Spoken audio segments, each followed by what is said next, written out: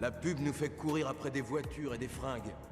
On fait des boulots qu'on déteste pour se payer des merdes qui nous servent à rien. On est les enfants oubliés de l'histoire, mes amis.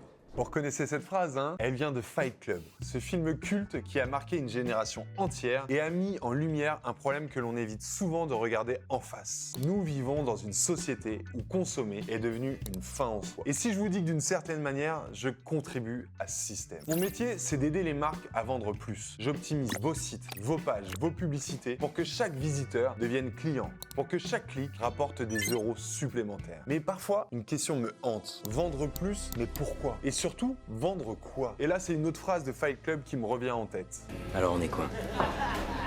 On est que des consommateurs? Tu as dit. On est des consommateurs. On est des sous-produits d'un mode de vie devenu une obsession. Alors, est-ce que mon métier aide vraiment les gens à mieux vivre? Ou est-ce que je participe à un système qui pousse à consommer des produits inutiles? Des produits qu'on achète sur un coup de tête, qui finissent oubliés dans un placard, ou pire, à la poubelle. Est-ce que mon travail sert un vrai besoin ou est-ce qu'il crée simplement un désir artificiel? Aujourd'hui, on va explorer cette question ensemble. Parce que vendre plus, c'est bien. Mais vendre mieux et vendre pour les bonnes raisons, c'est peut-être ce qui compte vraiment.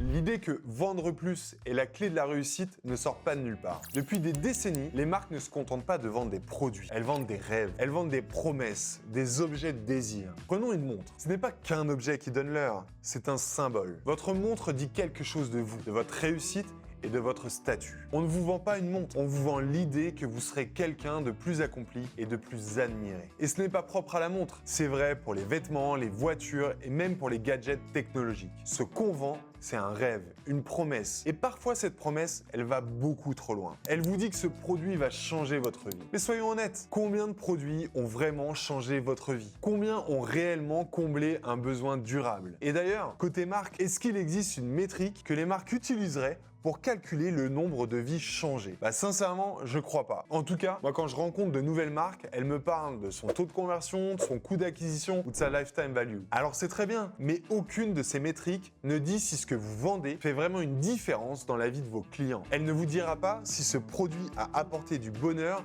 ou s'il a juste rempli un vide temporairement. Et c'est là que ça devient inconfortable. Mon travail, c'est de vous aider à vendre. Et pour vendre, on utilise des biais cognitifs humains. Ces biais sont des hacks fascinants, des raccourcis psychologiques qui exploitent le cerveau des clients. On sait que si l'on écrit « il reste que 3 produits en stock », on va directement créer de l'urgence et donc de l'achat. On peut aussi jouer sur la peur en disant que si vous n'achetez pas ce produit maintenant, vous allez le regretter. On sait aussi que si on vous dit qu'il y a déjà 60 000 personnes qui ont acheté ce produit et que ces gens vous ressemblent, vous serez beaucoup plus enclin à l'acheter à votre tour. Alors peut-être que vous vous croyez insensible à tous ces biais, mais soyons honnêtes, ces techniques sont efficaces. Dès qu'on les utilise, on fait grimper le chiffre d'affaires. Alors est-ce qu'on les utilise toutes ou pas? C'est là que se pose une question beaucoup plus morale. À quel moment passe-t-on de vendre à tout prix? À quel moment commence-t-on à manipuler plutôt qu'à convaincre? Et la phrase d'intro de la vidéo reprend tout son sens. On fait des boulots qu'on déteste pour se payer des merdes qui nous servent à rien. Et si parfois mon travail contribuait à vendre ces produits de merde qui ne servent à rien? Et si en jouant trop avec les peurs et les désirs des clients, je les poussais à acheter des choses dont ils n'ont pas besoin? Et c'est là que je crois qu'il y a une grande différence entre vendre pour répondre à un besoin réel et vendre pour exploiter une faiblesse. Et cette différence, elle est cruciale. Parce que vendre à tout prix, ça marche. Mais est-ce que ça construit une relation de confiance avec vos clients?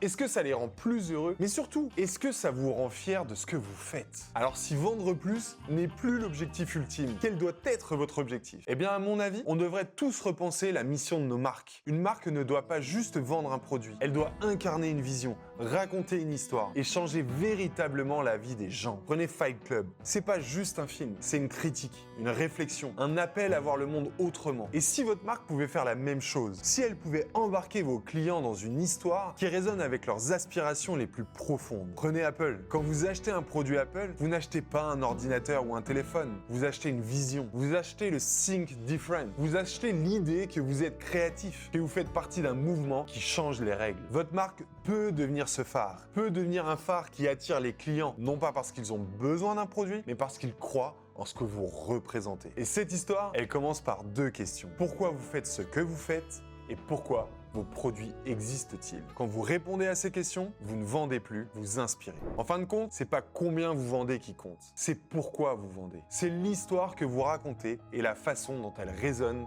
avec vos clients. Alors voilà, la vraie question. Est-ce qu'on continue de courir après les chiffres ou est-ce qu'on décide de courir après ce qui compte vraiment? Et si au lieu de vendre plus, on décidait de vendre avec intention, de créer des produits et des marques qui inspirent et qui permettent réellement d'améliorer la vie des clients? Mon métier, c'est d'optimiser vos ventes. Mais ce que je veux vraiment, c'est vous aider à redonner du sens à ce que vous vendez. Parce que votre marque, elle a le pouvoir d'inspirer, de changer les règles, de laisser une empreinte.